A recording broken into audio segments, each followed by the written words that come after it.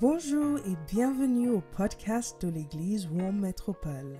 Nous sommes ravis de vous avoir parmi nous et nous espérons que ce message vous inspire, résonne dans votre cœur et ravive votre passion pour Dieu. Soyez bénis. Bonsoir à tous. Soyez abondamment bénis. Que la grâce de notre Dieu soit votre partage, soit le partage de chacun de nous. Vous avez les vives salutations de mon épouse, de mes enfants. Je reviens du Gabon. Le choc thermique est assez violent. À peu près 40 degrés de différence, mais bon, ça va. Le Seigneur nous restaure et nous renouvelle et la famille va bien. Et j'ai passé un bon moment avec l'église là-bas. Je suis arrivé, je n'ai pas prévenu tôt que j'arrivais pour ne pas qu'on me programme dans les églises. Malheureusement pour moi, j'ai été programmé et c'était avec un grand plaisir que j'ai apporté la parole de Dieu là-bas.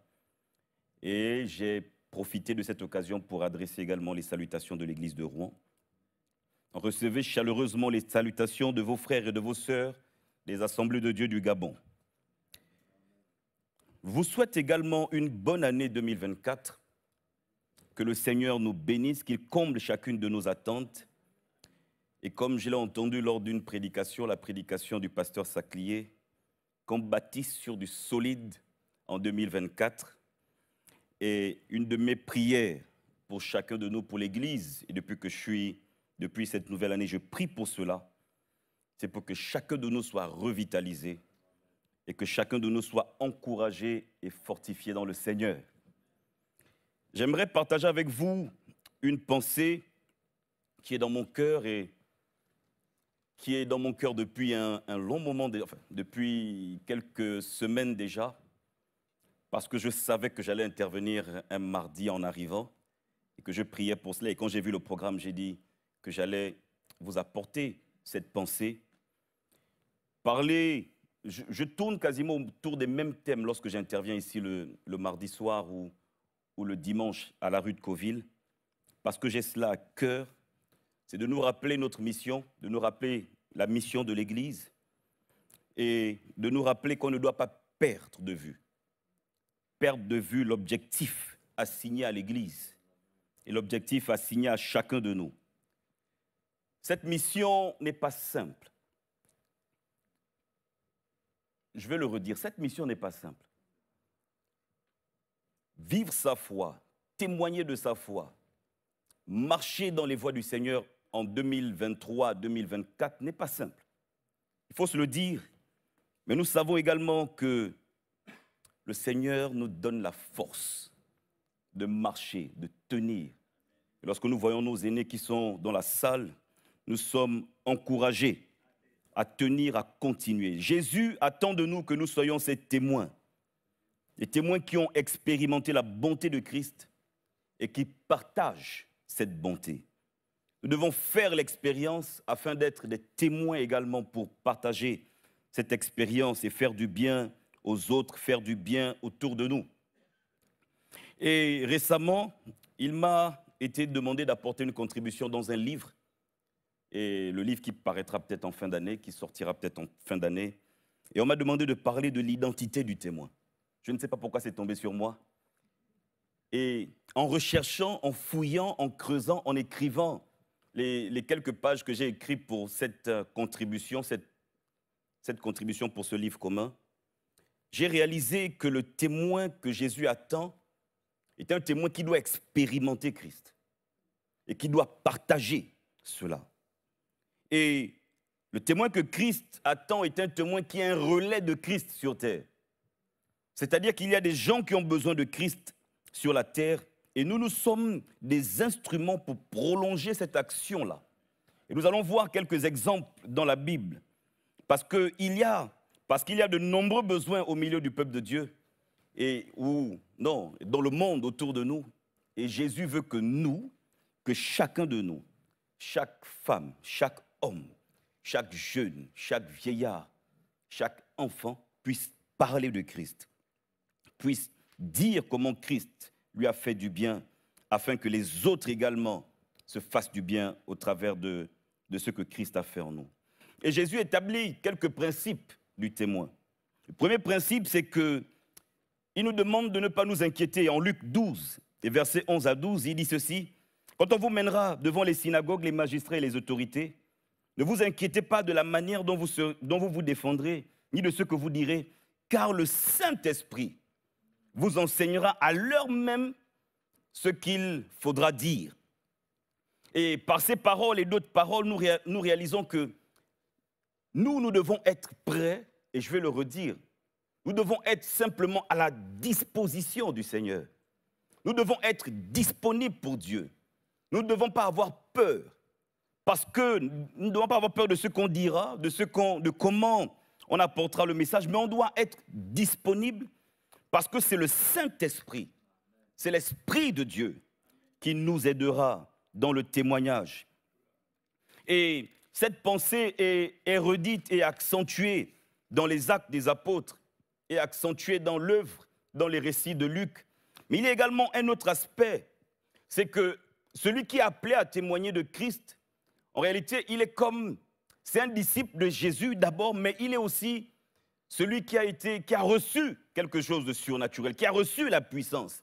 Lorsqu'on lit Acte 1:8, on dit bien, parle à ses disciples, il dit, mais vous recevrez une puissance et vous serez mes témoins. Comme si, je ne vais pas dire comme si, parce que l'Esprit vient nous qualifier pour parler de Christ. L'Esprit vient nous qualifier pour parler de lui. Il promet la puissance du Saint-Esprit pour que les disciples deviennent des témoins. Vous recevrez et vous serez.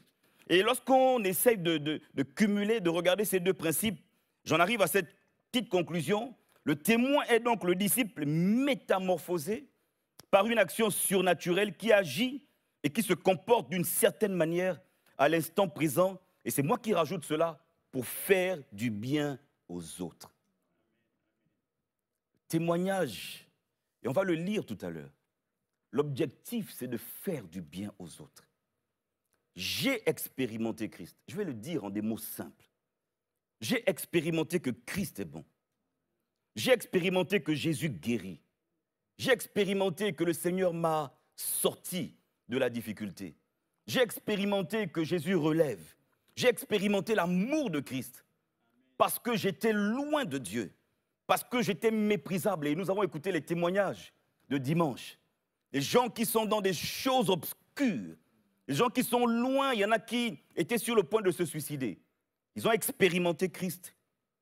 Et l'amour de Christ les a sortis de là où ils étaient et a fait d'eux des hommes et des femmes valables, capables, des gens de qui on rend un bon témoignage. Ça, c'est l'expérimentation. Et parce qu'on l'a expérimenté, lorsqu'on tombe sur quelqu'un qui vit une difficulté, similaire ou pas, on peut lui dire, je suis sorti de là. Et je sais que Christ peut te sortir de là. Ça fait de nous des témoins. Et avec l'action du Saint-Esprit, parce que nous sommes des pentecôtistes, on n'oublie pas que c'est l'action de Dieu, l'action du Saint-Esprit qui donne de la force à notre prédication, à notre témoignage. Et comme les disciples d'autrefois, soyons des sources de bénédiction. Soyons de ceux qui ont expérimenté, mais qui peuvent également aider les autres. Et j'ai quelques exemples, je pense que je vais aller rapidement dessus. Parce que l'objectif, à la fin, c'est qu'on prie. Et qu'on dit, Seigneur, viens me ressourcer. Seigneur, donne-moi la vie d'en haut. Seigneur, communique-moi quelque chose, que quelque chose de surnaturel se produise. Parce que je réalise ma faiblesse, je réalise ma défaillance, je réalise que je ne suis pas capable, je réalise que je suis faible, je réalise que j'ai du mal à parler, je réalise que j'ai du mal à témoigner.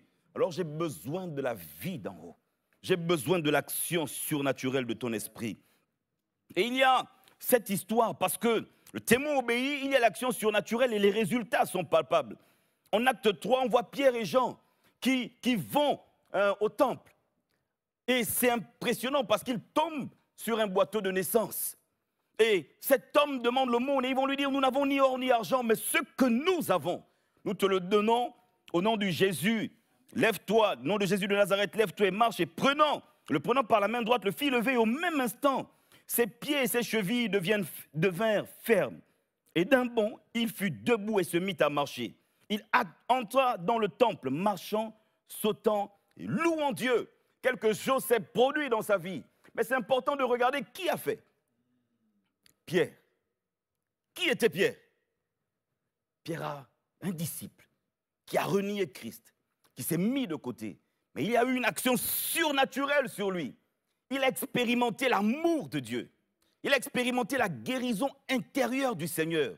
Il a expérimenté la restauration spirituelle. Il a expérimenté la restauration du Seigneur. Et Pierre va dire à cet homme, c'est vrai, tu es boiteux. C'est vrai, tu es dans le manque, tu es dans la disette. Les gens le portaient, profitaient de cet homme. Il va dire, moi je n'ai ni or ni argent, mais j'ai expérimenté Christ. Ce que j'ai, je te le donne. Lève-toi et marche. Et il va se lever, il va marcher, une action surnaturelle. Et qu'est-ce qu'il va faire? Il va sauter, louer Dieu, marcher. La joie sera là. Nous devons être des porteurs de vie, des porteurs de joie, des porteurs de paix. Et c'est cela le témoin. Il va y avoir également cette foule en acte 5. Une foule qui venait, qui entendait parler des miracles que le Seigneur faisait. Et au verset 12, il est dit ceci en acte 5. Beaucoup de miracles, de prodiges se faisaient au milieu du peuple par les mains des apôtres. Ils se tenaient ensemble au portique de Salomon et aucun des autres n'osait se joindre à eux, mais le peuple les louait hautement. Le peuple savait qu'il pouvait bénéficier de ces hommes qui, eux, avaient expérimenté Christ. En fait, je vais établir le schéma. J'ai expérimenté Christ, alors je peux partager. J'ai expérimenté le surnaturel de Dieu, alors je peux être un témoin et le partager. Et c'est le schéma que j'aimerais établir. Je suis obéissant, j'expérimente Dieu, et ensuite je le partage également. Et là, il va y avoir de nombreux miracles. Des gens viendront de partout, ils seront guéris. Au verset 16, la multitude accourait aussi les villes voisines à Jérusalem, emmenant des malades et des gens tourmentés par des esprits impurs, et tous étaient guéris. Et nous voulons être de ceux qui expérimentent Dieu, mais qui peuvent apporter également la vie et la paix au milieu du peuple. Il y a également l'épisode de Philippe. Philippe, qui est un homme particulier, mais qui va apporter la joie et la paix dans une ville considérée comme maudite, au milieu d'un peuple considéré comme impur. C'est-à-dire qu'il y a la grande persécution de Acte 7, c'est ça? Grande persécution de Acte 8, cette grande persécution-là. Et qui arrive, qui touche Étienne. Étienne meurt en Acte 7. Philippe, au début de Acte 8, il y a également la persécution et Philippe est en train de fuir. Et il arrive en Samarie. Dans sa fuite, il s'arrête. Il y prêche le Christ. Dans une ville considérée comme maudite, au milieu d'un peuple considéré comme impur. Les Juifs esquivaient cette ville. Ils passaient par le bord de la ville. Ils ne traversaient pas. Mais là, Philippe traverse la ville. Il prêche le Christ. Il annonce le message.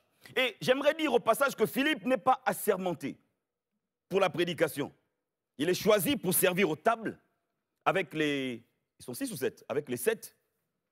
Et là, parce qu'il est dans ce mouvement, qu'il a expérimenté Christ, qu'il fuit et qu'il s'arrête, je pense, ça c'est moi qui pense, qu'il y a eu une action surnaturelle dans sa vie. C'est vrai qu'on dit de lui qu'il est rempli du Saint-Esprit aussi. Mais il s'arrête, il parle de Jésus. La foule va se donner.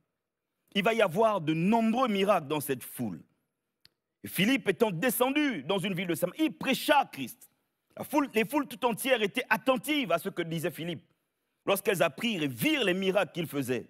Car des esprits impurs sortirent de plusieurs démoniaques en poussant de grands cris. Et beaucoup de paralytiques et de boiteux furent guéris. Et il eut une grande joie dans cette ville. Que le Seigneur nous utilise pour qu'il y ait une grande joie dans les quartiers dans lesquels nous sommes, autour de nous. Que le Seigneur nous utilise pour que nous soyons des porteurs de joie, des porteurs de vie. Que là où il y a la mort, que lorsqu'on pose notre pied, lorsqu'on arrive dans une maison qui est désemparée, qu'on soit des hommes et des femmes qui apportent apportent la vie de Dieu. Et qu'on puisse leur dire, nous n'avons ni or ni argent. Nous n'avons pas la puissance de je ne sais pas qui. Mais au nom de Jésus, nous pouvons vous proclamer la vie dans cette maison, la restauration et la guérison totale. Et nous pouvons le dire par la foi. Et Philippe va également rencontrer un autre homme juste après. Un ange va l'emmener sur un chemin désert. Et il va rencontrer un ministre éthiopien. Je fais exprès de l'appeler le ministre éthiopien. Un eunuque éthiopien, mais c'est un ministre également. Ministre de cette reine Candace. Va rencontrer ce ministre et par la providence divine, il va arriver au moment où le ministre va être en train de lire le passage d'Ésaïe, je pense que ça doit être Ésaïe 53. Et Philippe arrive et lui demande, est-ce que tu comprends ce que tu lis? Il va lui dire, mais comment comprendrais-je si personne ne m'explique? Et là, il va lui expliquer. Et il continue à marcher. Et comme il continue au verset 36, chapitre 8, ils rencontrèrent de l'eau. Et l'eunuque dit, voici de l'eau. Qu'est-ce qui empêche que je sois baptisé? Philippe dit, si tu crois dans ton cœur, cela est possible. L'eunuque lui répondit, je crois que Jésus est le Fils de Dieu. Il fit arrêter le char. Philippe et l'eunuque descendirent tous deux dans l'eau. Et Philippe baptisa l'eunuque.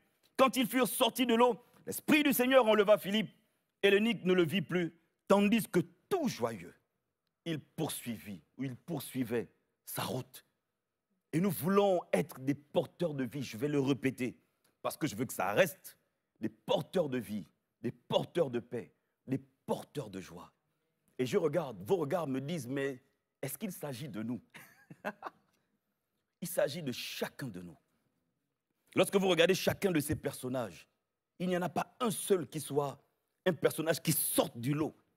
Et pour qu'on puisse dire qu'on ne peut pas. Non, ce sont des hommes de la même nature que nous.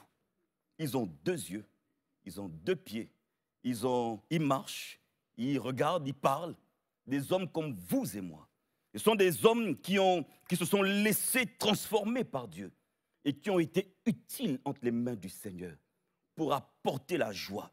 Et l'eunuque est parti tout joyeux, pas l'eunuque, le ministre éthiopien est parti tout joyeux. Ce personnage qui est vraiment une personne élevée en dignité qui va se convertir dans un petit chemin bizarre.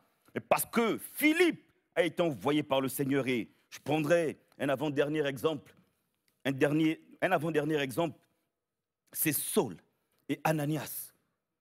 Et Saul qui est l'ennemi public numéro 1, qui a décidé d'en finir avec cette religion, en finir avec les chrétiens, et qui va aller sur un chemin pour aller à Damas. Il esquive Jérusalem, il va très loin à Damas, et il va pour arrêter les chrétiens et les ramener captifs à Jérusalem. Et là, il va avoir une vision. Le Seigneur va lui parler. Et il va lui demander, mais qui es-tu, Koulios? Qui es-tu, Seigneur? Il va dire, je suis Jésus que tu persécutes. Mais va dans la ville, etc. On te dira ce que tu dois faire. Et au même instant, Dieu parle à quelqu'un d'autre. Ananias. Il va lui dire, en gros, je vais résumer. Ananias, va dans telle maison, etc. Tu trouveras quelqu'un, Saul. Et Ananias va dire, mais Seigneur, mais cet homme ravage l'église. Cet homme est un homme méchant. Là, c'est moi qui rajoute, je paraphrase. Cet homme a tué Étienne, cet homme a fait des choses. Et Dieu va lui dire, celui que tu appelles cet homme, il ne va pas dire comme ça, il dit, cet homme est un instrument que j'ai choisi pour porter mon nom. Et Ananias va être convaincu par la puissance de Dieu. Voilà pourquoi je ne dissocie pas l'expérience surnaturelle, l'expérience spirituelle de notre identité de témoin. Un témoin est celui qui a expérimenté Christ, d'une manière ou d'une autre, par la visitation de l'Esprit, par l'intervention miraculeuse de Dieu, par la guérison du cœur, par la guérison intérieure, et qui apporte le message. Et au verset 36 du chapitre 8, comme il continue... Non, pardon, je reviens. Au verset 17 du chapitre 9, Ananias sortit et lorsqu'il fut arrivé dans la maison, il imposa les mains à Saul en disant, Saul, mon frère. Il ne dit plus cet homme. Il dit mon frère. Mais ce qui est formidable, c'est la suite. Le Seigneur Jésus qui t'est apparu sur le chemin par lequel tu venais m'a envoyé pour que tu recouvres la vue et que tu sois rempli du Saint-Esprit, que tu expérimentes surnaturel de Dieu. Au même instant, il tomba de ses yeux des écailles. Il recouvra la vue. Il se leva et fut baptisé. Et après qu'il eut pris de la nourriture, les forces lui revinrent. Saul resta quelques jours avec les disciples qui étaient à Damas. Et aussitôt, il prêcha dans les synagogues que Jésus est le Fils de Dieu. Tout ce qu'il entendait était dans l'étonnement. Ananias a expérimenté. Ananias a transmis le témoignage à Saul. Saul a expérimenté. Et Saul également a transmis maintenant aux autres. Est-ce que vous voyez le schéma? Pour pouvoir être des porteurs de vie, on doit expérimenter cette vie-là. Pour pouvoir être des porteurs de guérison, on doit expérimenter cette guérison-là. Pour pouvoir être des porteurs de paix, on doit expérimenter cette paix-là. Le Seigneur veut qu'on expérimente nous-mêmes d'abord. Et c'est possible. Et c'est possible. C'est possible. Même ce soir, c'est possible. À l'instant présent, c'est possible. Si vous n'avez pas la foi, j'ai la foi pour nous tous. C'est possible. Même si ton voisin n'a pas suffisamment de foi, tu auras la foi pour lui. Il y a des couples, même si monsieur n'a pas la foi, madame, tu peux avoir la foi pour monsieur. Nous pouvons expérimenter une restauration spirituelle, surnaturelle, maintenant. Nous pouvons expérimenter la guérison de Dieu maintenant. On peut expérimenter demain, après-demain, l'année prochaine. Mais on peut aussi l'expérimenter maintenant. J'ai aimé, quelqu'un a prié tout à l'heure en disant, je vais paraphraser, Seigneur, guéris ceux qui sont émotionnellement atteints. Et on doit prier dans ce sens. Cette année, on doit tous être revitalisés. Que nos cœurs soient remplis, soient guéris par le Seigneur. Nous voulons expérimenter quelque chose de puissant. Et ces hommes que j'ai cités, chacun d'eux a expérimenté Christ, expérimenté la restauration. Et il a été un porteur de vie. Il a porté quelque chose. Je vais laisser les autres exemples, parce que j'aimerais aller vers la conclusion. Nous voyons dans ces quelques exemples que notre Dieu, par l'action de son esprit, a fait du bien aux témoins, afin que les témoins fassent du bien à d'autres personnes. Il a fait du bien à ses disciples, qui sont devenus des témoins, afin qu'eux fassent du bien aux autres. Dieu veut notre restauration, afin que nous soyons des porteurs de vie, des porteurs de paix, afin que nous soyons de ceux qui sont utilisés par le Seigneur pour porter son nom, pour apporter la paix là où il y a le trouble, pour apporter la vie là où il y a la mort, pour apporter la consolation là où il y a la désolation, pour apporter cette vie-là. Et en cette année, le Seigneur attend de nous que nous soyons des porteurs de joie, que nous soyons des porteurs de vie, des porteurs de guérison également, que nous soyons de ceux qui aident les autres à être guéris. Est-ce que tu sais, est-ce que je sais, est-ce que nous savons comment vont ceux qui sont à nos côtés? Même si nous sommes forts et que nous ne le disons pas, que l'Esprit de Dieu nous révèle et nous pousse à prier, pas à parler. Nous parlons, et c'est bien de parler, mais c'est encore mieux de prier.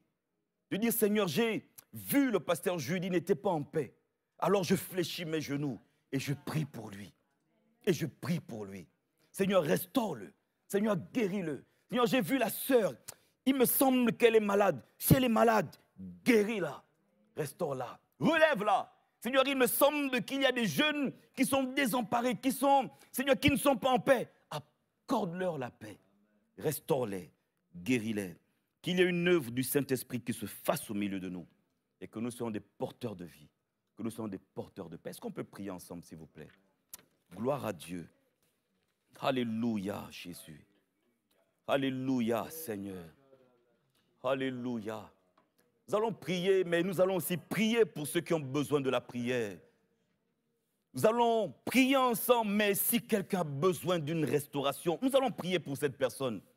Si quelqu'un a besoin d'un toucher particulier du Seigneur, nous allons prier pour cette personne. Et si quelqu'un a besoin vraiment d'être guéri intérieurement parce qu'il n'a plus la paix, nous allons prier pour cette personne. Nous ne pouvons pas continuer la marche avec les fardeaux qui sont sur nous. Et si quelqu'un a des fardeaux, nous allons prier pour cette personne.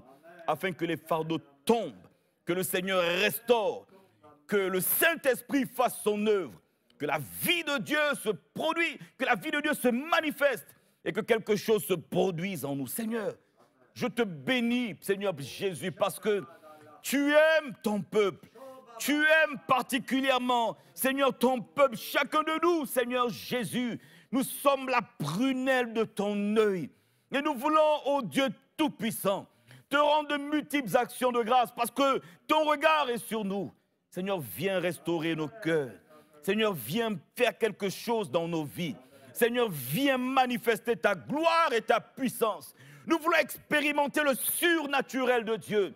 Nous voulons expérimenter le toucher de Dieu. Nous voulons expérimenter la vie d'en haut, afin que nous soyons nous-mêmes des porteurs de vie, des témoins de la grâce de Dieu, des témoins de la vie de Dieu. Ô Dieu Tout-Puissant, manifeste-toi. Que ceux qui ont des fardeaux, que les fardeaux tombent dans le nom de Jésus. Que ceux qui sont, Seigneur Jésus, abattus soient relevés dans le nom de Jésus. Que ceux qui sont malades intérieurement soient guéris dans le nom de Jésus. Et que ceux qui sont malades physiquement soient guéris également dans le nom de Jésus. Merci de nous avoir rejoints sur le podcast de l'Église Warm Métropole. Pour en savoir plus, visitez notre site internet églisewarmmetropole76.fr ou bien nous suivre sur les réseaux sociaux Église Warm Métropole. Que Dieu vous bénisse.